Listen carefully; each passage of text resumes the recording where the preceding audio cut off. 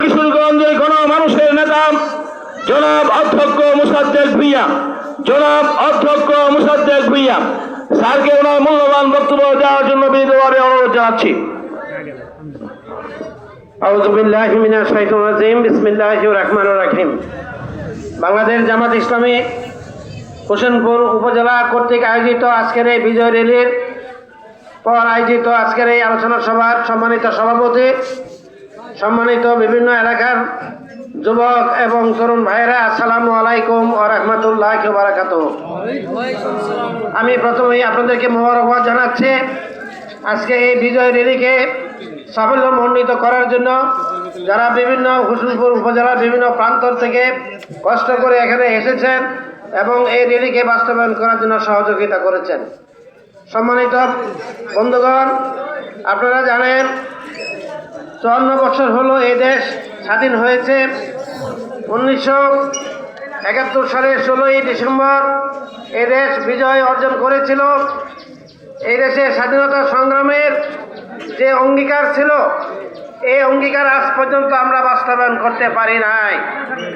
তার কারণ এই 54 বছর যারা এই দেশকে শাসন করেছে তারা যোগ্যতার সঙ্গে সততার সঙ্গে এই দেশ পরিচালনা করতে পারে নাই। স্বাধীনতা অর্জন হয়েছিল এই দেশের সাম্য, সামাজিক ন্যায় বিচার এবং মানুষের মানবাধিকার বাস্তবায়ন করার জন্য, কিন্তু 54 বছরও আজকে আমরা তা অর্জন করতে পারি নাই। আজকে সাম্যের পরিবর্তে চরম বৈষম্য সৃষ্টি হয়েছে।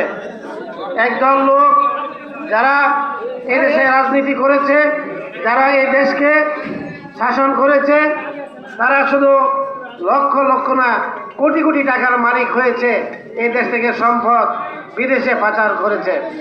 তাই সময় এসেছে পরিবর্তনে। মানুষ আজ পরিবর্তন চাচ্ছে।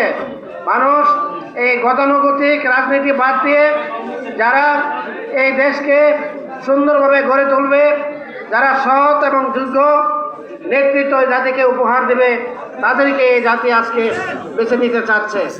ইতিমধ্যে আপনারা জানেন বাংলাদেশের 4টি বিশ্ববিদ্যালয়ে বিজয় হয়েছে এবং যারা এই বাংলা জামাত ইসলামীকে নিষিদ্ধ করেছিল তারাই আজকে নিষিদ্ধ হয়ে গিয়েছে।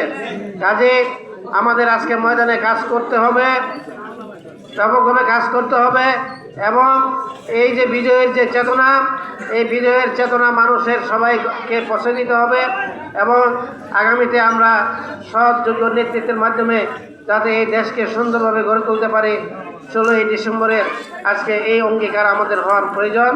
এবং আজকে নতুন কোনো স্বৈরাচার যাতে এই দেশে সৃষ্টি হতে না পারে, নতুনভাবে যেন আবার এই দেশকে ভারতের হাতে তুলে দেওয়ার জন্য যারা ষড়যন্ত্র করছে তারা যাতে ষড়যন্ত্র করতে না পারে, সেই দিকে আমাদের স্বতন্ত্র প্রহরীর মতন কাজ করতে হবে এবং সবাইকে সাথে নিয়ে আজকে নব্য স্বৈরাচার যারা দেশকে শাসন করার স্বপ্ন দেখছে তাদেরকে প্রতিহত করতে হবে।